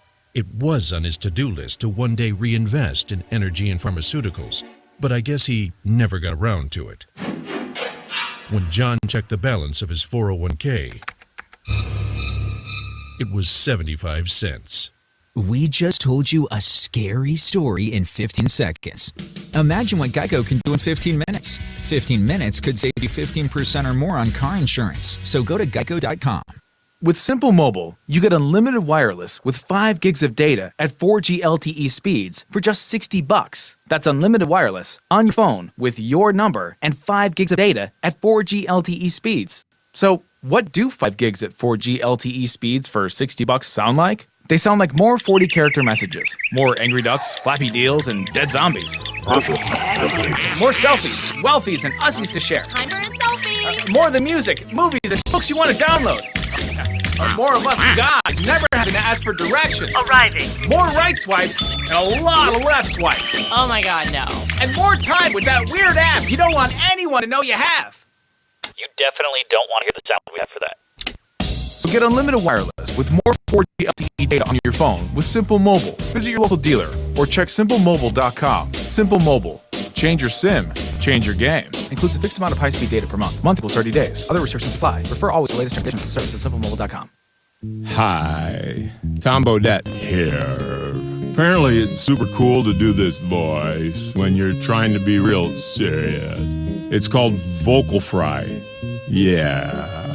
So I just want to stress how at Motel 6 you can get a great room for a great low price.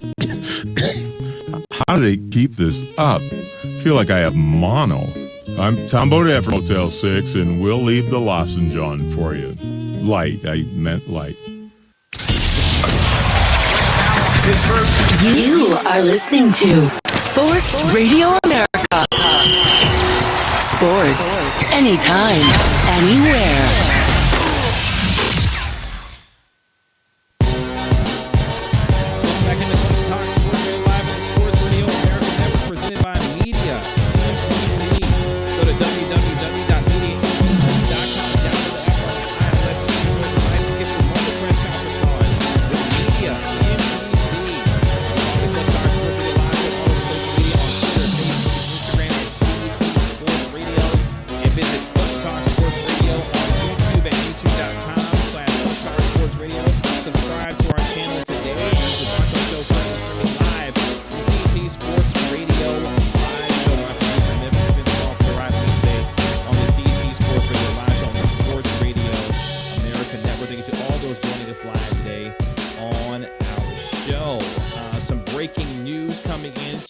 Talk Sports Radio Live before we get to Joey Ickes, NFL columnist here on the Clutch Talk Sports Radio Live show. Memphis, thank you for the tidbit. Dwight Howard, we were just talking about the Lakers with respect to Carmelo Anthony. The Lakers are bringing in Dwight Howard. Dwight Howard is going to be a member of the Los Angeles Lakers. Sham Charania breaking the news that Dwight Howard is going to be getting a buyout from the Memphis Grizzlies, and he is going to sign a non-guaranteed contract to play for the Los Angeles Lakers. So the Lakers are into the reunion, and Dwight Howard is going to be a member of the Los Angeles Lakers. We'll have more on that a little bit later on in the show. But here on the line with us, he's an NFL columnist covering all things for the NFL. Here to talk some Dallas Cowboys football with us as they get ready to take on the Houston Texans this weekend right down here in Dallas. His name is Joey Ickes. Joey, good afternoon to you, sir. Good afternoon, sir. How are you? Doing well. Thank you so much for taking the time with us on the Clutch Talk Sports Radio live show once again. Joey, let's just jump right in. The biggest storyline for this Dallas Cowboy football team obviously has been Ezekiel Elliott and his continued holdout. There are reports that Zeke could be on his way back to the States to potentially get a contract done this weekend after reports surfaced earlier this week that the Cowboys made an offer to make him the second highest paid running back in the NFL. What have you made of the way that the Cowboys and Ezekiel Elliott have handled these negotiations based on what has happened and transpired over the last 3 to 4 weeks? Yeah, I mean, it's unfortunate that it came to this, but at the same time, it's understandable, right? It's a player who understands he has a limited shelf life in the NFL based on a lot of history from the league and a lot of data points. And there's a lot of history that says that if he doesn't kind of force his team's hand, that they won't shell out the type of money that he's looking to make. And this is really his opportunity to be able to go get that money.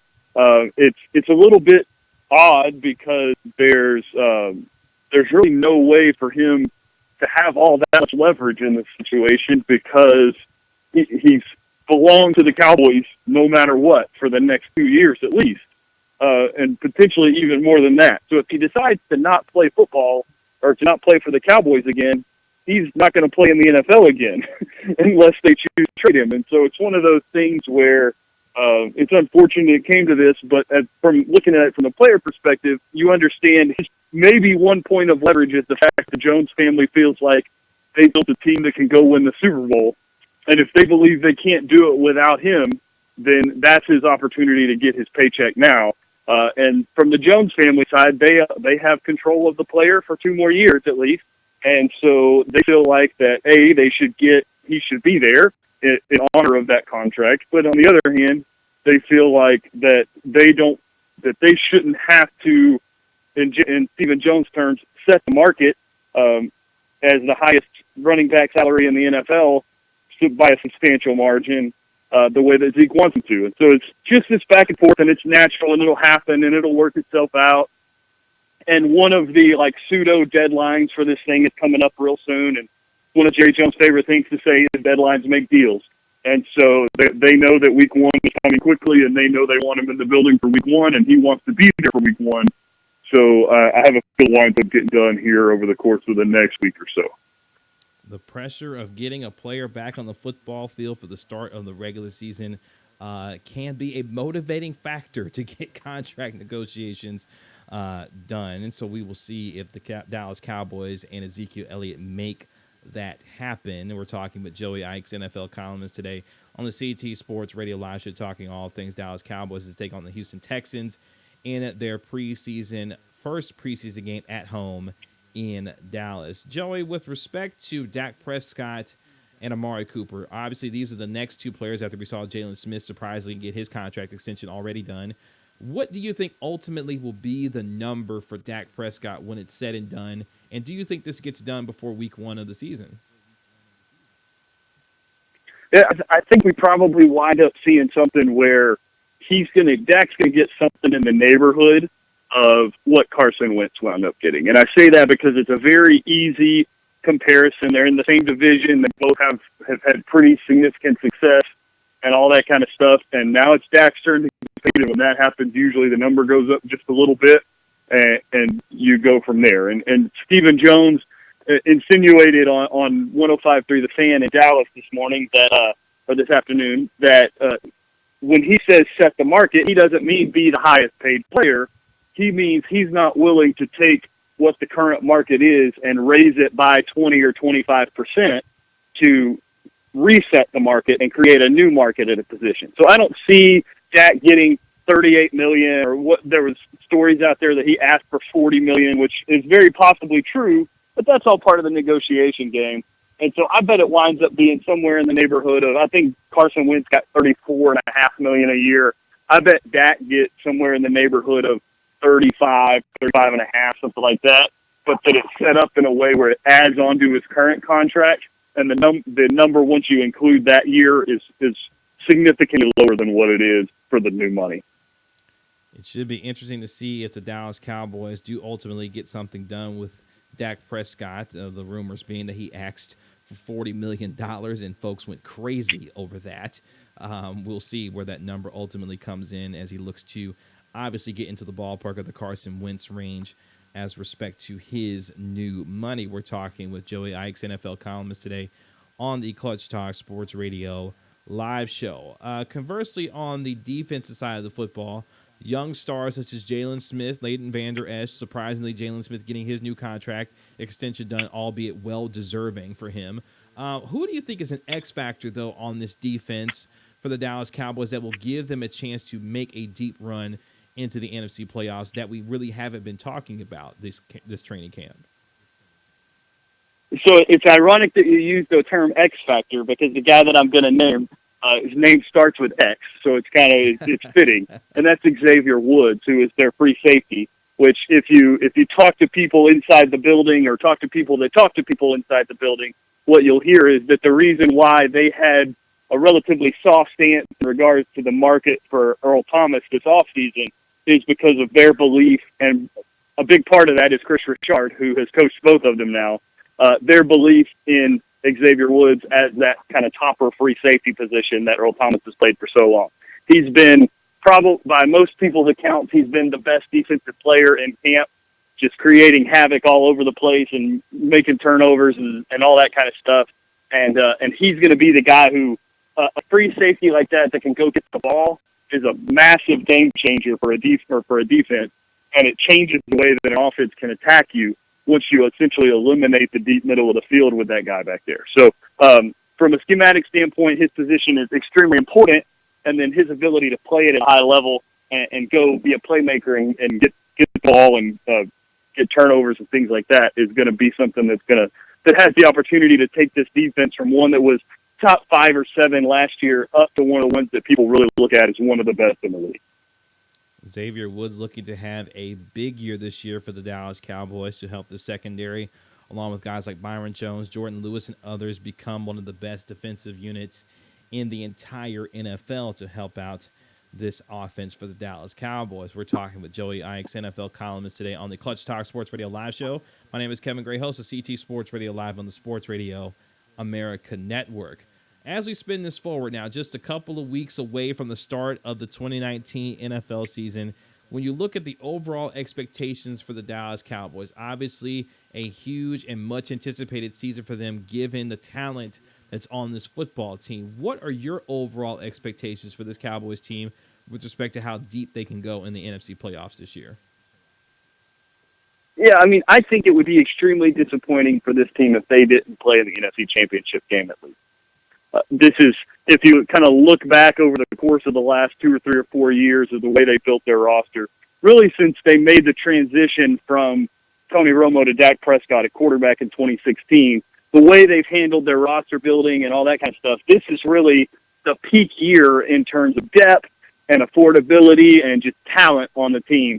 You've got this unbelievable draft class from 2016 that there's Ezekiel Elliott and Jalen Smith and Malik Collins and Dak Prescott and Xavier Woods was 2017, but you've got all of these guys. Anthony Brown is from that draft class. That's the DB I was thinking of.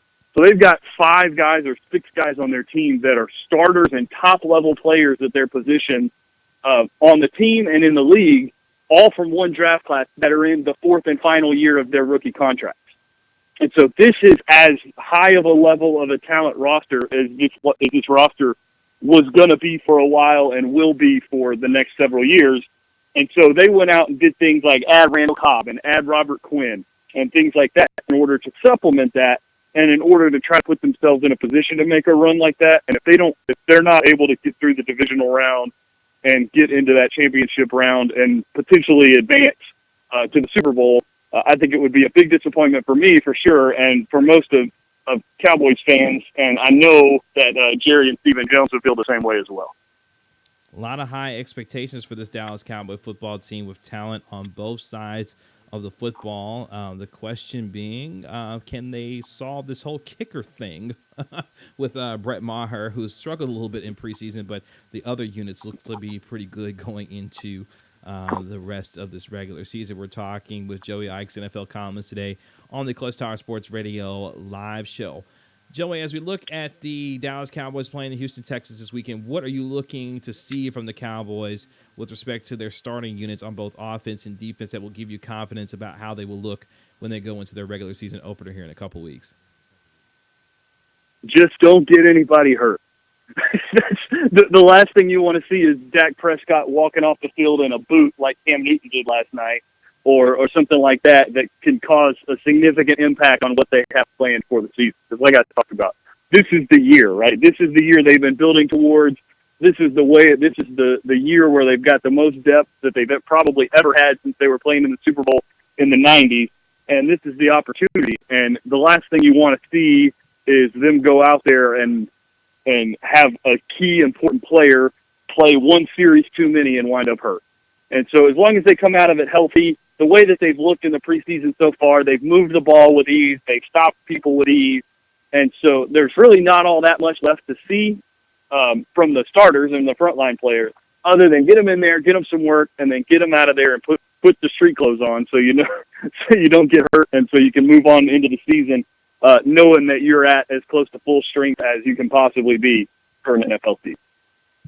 That is definitely the number one priority. Get everyone out of there healthy with respect to the Dallas Cowboys as they play their first preseason game at home against the Houston Texans, where both the offensive and defensive first-team units look to play significantly in this game to give them an opportunity to see what they've got before their regular season opener, of course, on September the 8th. Joey, tell the folks so they can find you on your social media and your platform, sir. Yeah, absolutely. You can find me on Twitter at Joey Ickes, and that's really the best place to find me. It's at JoeyIckes, and we talk Cowboys from early in the morning until late at night, and we'll have a great time doing it. So check me out there, and thanks so much, Kevin, for having me on. Joey Ickes, NFL columnist, going to join us on the Clutch Talk Sports Radio Live show. Joey, thank you so much for the time, and hopefully the Cowboys come out of the game unscathed tomorrow. I appreciate the time with us. Absolutely. We'll talk soon.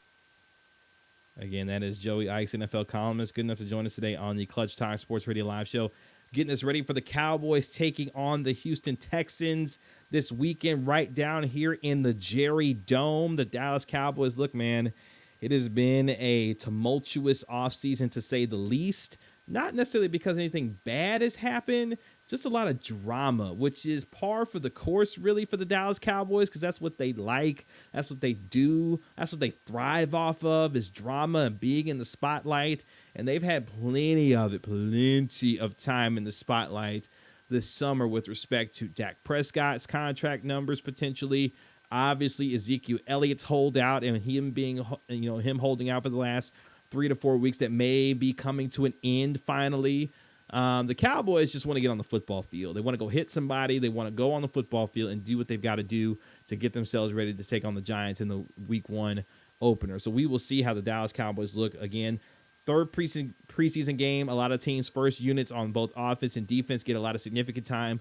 We will see how much Dak Prescott. We will see how much guys like Travis Frederick, Zach Martin, Jalen Smith, Leighton Vander Esch on the defensive side, and others we'll see in terms of preseason action as they get ready for their dress rehearsal, quote-unquote, going into the regular season. Again, thank you to Joey Ickes, NFL columnist, for joining us today on the Clutch Talk Sports Radio Live show. This is CT Sports Radio Live on the Sports Radio America Network. TuneIn Radio and the TuneIn app. Thank you to everyone joining us live today on the CT Sports Radio Live show. Coming up next, Brian Flores and Kenny Stills. Brian Flores used an interesting method to try and motivate Kenny Stills. I'll tell you why it wasn't such a good idea. Next on the CT Sports Radio Live show. This is real Clutch Sports Talk, CT Sports Radio Live. We'll be right back.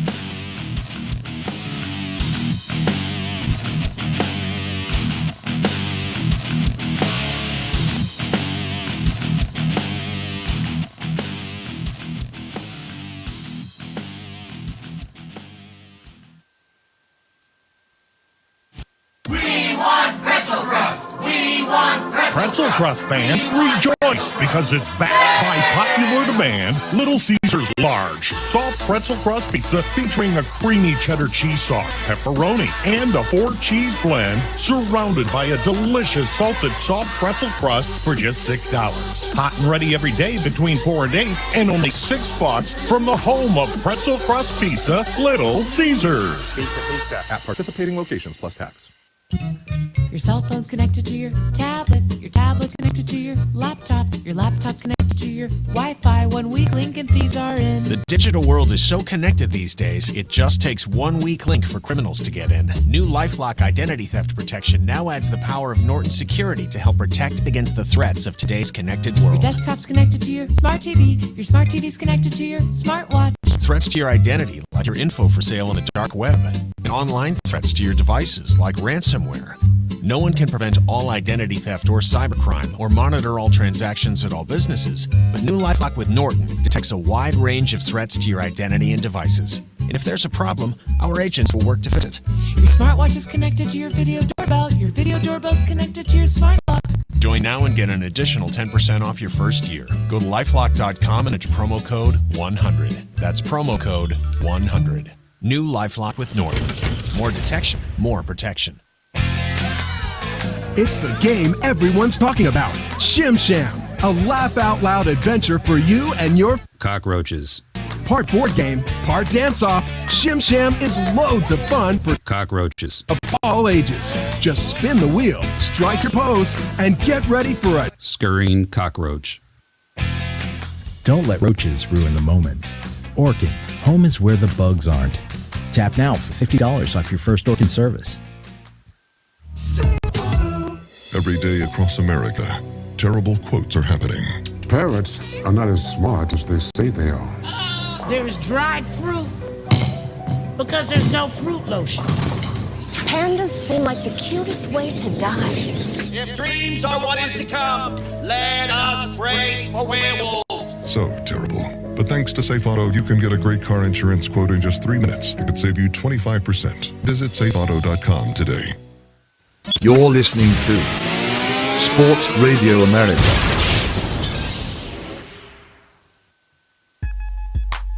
Welcome back into Clutch Talk Sports Radio, live on the Sports Radio America Network, presented by Media MPC. Go to www.mediampc.com and download the app on your iOS and Android device and get your mobile press conference on with Media MPC. You can follow us all over social media on Twitter, Facebook, and Instagram at CT Sports Radio.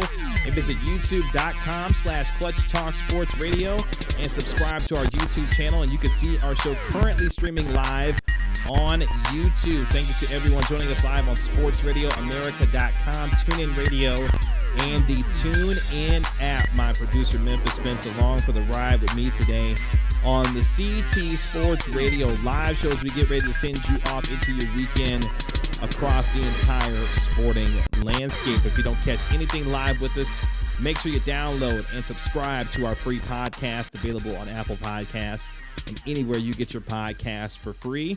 Just search the words Clutch Talk Sports Radio. Again, thank you to everyone joining us live on our show today as we send you off into your weekend with preseason action across the entire NFL for week number 3. Thank you to our last guest, Joey Ickes, NFL columnist, for joining us today on the Clutch Talk Sports Radio live show. Sticking in the NFL before we get out of here on a Friday, the NFL has been mired in a controversy surrounding, obviously, the new Imagine campaign social justice initiative deal and partnership that it entered in with Jay-Z. Jay-Z and Rock Nation entering into a partnership with the NFL to help bring change as far as social justice issues are concerned through music. Rock Nation having creative control over who performs and the performances at things like the Super Bowl, which is in Miami this year, as far as Super Bowl 54 is concerned. And ironically, a player in Miami for the Miami Dolphins and a head coach for the Miami Dolphins have been in the news over the last few days with respect to this whole Jay-Z NFL deal. Now, Kenny Stills is a wide receiver for the Miami Dolphins. Kenny Stills, of course, has been one of the players that has protested along with guys like Eric Reed and Colin Kaepernick before he was systematically blackballed out of the NFL. Kenny Stills has been one of the players that has consistently spoken out about these issues and continued to protest with respect to these issues. And he had some interesting things to say and was critical and had, well, not necessarily critical. Let me back that up. Kenny Stills had a very measured perspective on what this deal means between Jay-Z and the NFL. Kenny Stills understands that there is a right to reserve judgment based on the deal that has been struck by Jay-Z and the NFL. And until the details and until the progress, until the actions unfold with respect to this deal, it's very hard for a lot of us, and I've said it on this show also, it's very hard to judge Jay-Z for the deal that he made. Well, his head coach, Brian Flores, wasn't necessarily feeling the idea of Kenny Stills talking about this publicly. So apparently, Brian Flores, a couple of days ago in practice, decided that he was going to, quote-unquote, challenge his player, Kenny Stills, and proceeded to start practice by playing, I believe it was 7 or 8 consecutive Jay-Z songs. Now, here is Brian Flores explaining why he felt he was to challenge Kenny Stills by playing those 7, 8 Jay-Z songs in a row. Here's what Brian Flores had to say about it. scripture before. So everything that these guys protest, I've lived it. I've experienced it. So, yeah, I applaud those guys who protest. So, Kaepernick or Eric Reed or anything, I applaud those guys. I told Kenny that in our meeting in front of the entire team. So that's where I stand on this thing. I think it got way more press than it needed to. I'm trying to challenge one of my players. I'm going to do that how I see fit. And look, what these guys protested about is important. I lived it. I experienced it. I don't know how many people have, but I lived it. So I understand why guys protest. And it's important. And you know what else is important to me? That guys performed. There's 89 guys in that locker room. We're counting on Kenny to get over and catch the football and perform for this team. And that's important to me. And if anybody's got a problem with that, then we just got a problem. We're going to agree to disagree. And I feel like that's important. That's where I stand on this. Whatever scrutiny or media or whatever I get, then that's what I get. I believe in it, and that's it. I missed it. I mean, I don't know I don't know how many people here have, but I lived it. That's where I'm at on that. It was a challenge to Kenny to perform regardless of whatever's going on outside. And I would say, and I've said this to him, he hasn't performed up to that level over the course of this training camp as I've seen him. So that was a challenge. Thanks to Cameron Wolf of ESPN for allowing us to use that video and that sound that was last night after the Jaguars-Dolphins preseason game where Brian Flores addressed the media about the situation with him and Kenny Stills. And, I tweeted about this earlier today and have been going back and forth with people all day about this. And what I tweeted out earlier was that this was an odd way of going about trying to challenge a player to be better. How about coaching him? Now, there's several pieces of this that I want to try and unpack in this short amount of time. Look, Kenny Stills addressed these comments by his coach in his own post-game comments by saying, look, man, I've dealt, and I'm paraphrasing here, I've dealt with racial slurs, I've dealt with booing, I've dealt with a whole lot of other things that have had much more significance on me than some music. Like, it was music, basically talking about the idea of what Brian Flores did as far as playing those Jay-Z songs consecutively to start practice. Your man came back in the locker room and subsequently started playing some Nas music, but that's another conversation for another day. But listen here. What I don't understand about Brian Flores and the method that he chose, because on the one hand, he understands, he says, what these players are going through and why they're kneeling. He understands that because he's lived it and understands it and supports his players by doing it. But on the other hand, he decides that a tactic to motivate one of his players is to use an issue that is divisive right now in the NFL and an issue that continues to plague this country and use it as a motivator to try and get his player to be better in training camp and be better to perform for his football team. I find that to be completely absurd on a number of levels. Number one, first of all, Brian Flores hasn't accomplished anything in the NFL to allow him to use this kind of passive, aggressive tactic to try and motivate a player. Number two, to use a particular issue that is as important, is as divisive, and is as controversial as this, and the way that it's been not only carried out by the NFL and its inability to handle it correctly, to the way that players feel about this issue, more importantly, the way that Kenny Stills has handled this issue, to me is really naive on his part. Because in my mind, why would Brian Flores think in his mind it would be a good idea to use a passive-aggressive tactic by playing music of an artist who struck a deal with the NFL where we don't know necessarily the details about what specifically is going to happen, but then in turn use that issue to try and drive motivation out of a player, and that music doesn't even move him. Kenny Stills said, look, man, this didn't move me. So why in the world would Brian Flores, desperate however he may be, turn to a tactic that is racially motivated by trying to motivate a player to do better because it may strike a chord with him that has nothing to do with his performance on the football field? That is the major problem that I have here.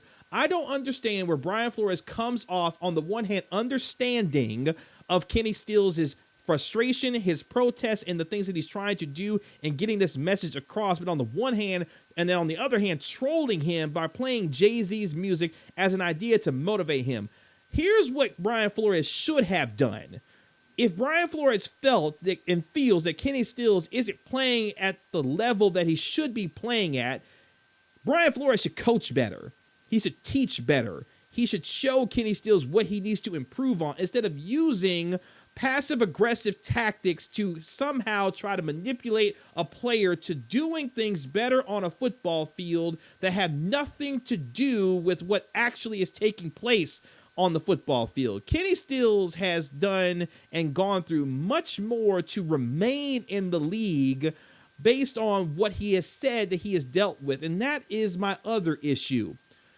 What made Brian Flores think that playing Jay-Z music would create some more additional level of adversity for Kenny Stills to try and learn and overcome that Kenny Stills hasn't already learned and overcome by dealing with racial slurs, booing, and all the other things, death threats, and all the things that have come with what he has done over the last few years in terms of taking a knee and protesting. That is what I do not understand. And folks have tried to come at me and say, look, Kevin, Brian Flores was desperate. He understands the pulse of the players. He's trying to use a motivational tactic to get to Kenny Stills by striking a chord with him that has to do with something that's important to Kenny Stills. Look, the issue is important to Kenny Stills. It has nothing to do with his ability to catch the football. And to think, and for Brian Flores to be a black head coach in the NFL, part of the only black head coach, GM, personnel grouping in the NFL, and then to use this issue of race and use this issue that is so divisive and so controversial as a means to try to motivate a player, to me is absurd. And it's really disappointing by Brian Flores to be in this position. Brian Flores, I think, is a really smart guy. I think he's a measured guy. I think he has a measure of perspective that a lot of head coaches don't have in this league, especially being under the Bill Belichick head coaching tree and understanding what it means to run an organization. But what he cannot do is weaponize an issue to try and motivate a player to make him be better with issues that don't have anything to do with his ability to catch the football, his ability to run routes, and his ability to be better in the classroom as far as learning how to play the game of football. That is where Brian Flores went wrong. And ultimately, that is disappointing, and that is sad. Because for a black man to weaponize racial issues as a motivator to help a player get better on the football field and think that's a good idea, to me is kind of scary. Because to me, it now makes me question the other approaches that Brian Flores would take in order to try and make his players better. What other issues or what other means of approach would he use to help other players get better if he felt like they weren't performing to the standards that he feels like they should perform at? If he's willing to use an issue like this to try and create motivation for a player where clearly that player wasn't moved, Kenny Stills was not moved by this trolling of his head coach Brian Flores, what other measures will you go to try and motivate your players? This is 2019, and Brian Flores said something very interesting in that sound if you heard it. He said, I didn't think this would be something that would blow up and be as big as it was. Does he not understand what time it is in 2019 with Twitter, Facebook, Instagram, and all the means of social media and all the ways that this stuff can get out? I understand Brian Flores is a real old school cat when it comes to trying to get players motivated. This ain't it though. You cannot, and if I'm Kenny Stills and I'm in this situation, I feel ultimately disrespected from my head coach. Here's why. Number one, if I'm Kenny Stills, I feel like my head coach thinks I'm stupid.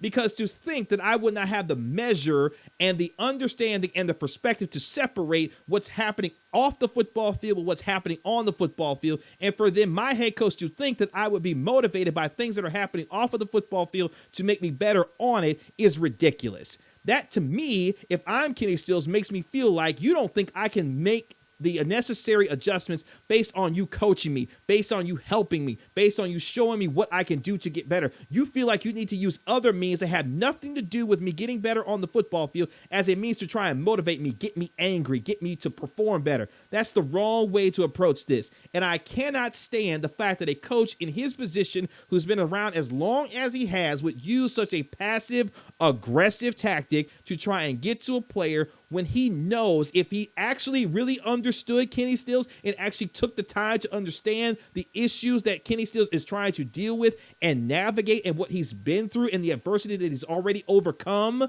If he understood that, he would not have went down this road and trying to use that issue to try and get Kenny Stills to play better. Because again, these things outside of football are much bigger, and Kenny Stills understands that. Brian Flores says with his words that he understands what his players are going through and respects Eric Reed and Colin Kaepernick and Kenny Stills for what they are doing because he's quote-unquote lived it. If he truly lived it and truly understood it, he would know that using race, especially a black man to another black man, and trying to help him get better does not come in the form of passive-aggressive tactics by using things that are weaponized, that are important in our culture to try and make someone get better. That doesn't happen. That shouldn't happen, especially with this color of this head coach and this color of this player. And even irrespective of color, this is not a tactic that any coach should use with any issue with respect to try and get a player and make them better. That shouldn't happen at all. But for this to happen with these two individuals, with the issue that we're dealing with, and then for Kenny Stills, a guy who I admire and respect for what he has done. He continues to call out his owner, Stephen Ross, who they got off the board of the Players Coalition after he decided to throw a fundraiser of $250,000 a plate for Donald Trump and this, that, and the third. The Players Coalition was like, nah, the things that you're doing are not in line with the words that you've been saying about how you want the help, how the Players Coalition needs to be helped by you, so we're going to get you out of here. And Stephen Ross ultimately resigning off the Players Coalition. Kenny Stills called out his owner on multiple occasions about that. Kenny Stills understands what's really going on here. Brian Flores needs to get a grip. But more importantly, Brian Flores needs to understand that the relationship with his players is the most important, but for trying to go and motivating players based on things that he's assuming will get them motivated. Because that's the ultimate fatal flaw of this whole situation with Brian Flores.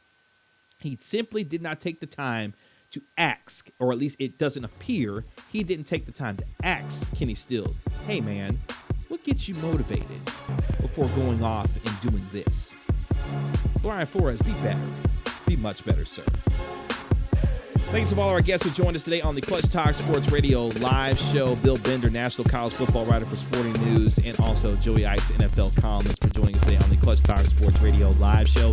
If you didn't catch anything live with us, make sure you download and subscribe to our free podcast available on Apple Podcasts and available on Spreaker.com and XY Radio Network. For my producer, Memphis Spence, my name is Kevin Gray, host of the CT Sports Radio live show on the Sports Radio America Network, on TuneIn Radio and the TuneIn app. Have a tremendous week. We will talk to you on Monday to recap the Houston Texans taking on the Dallas Cowboys right here on CT Sports Radio Live.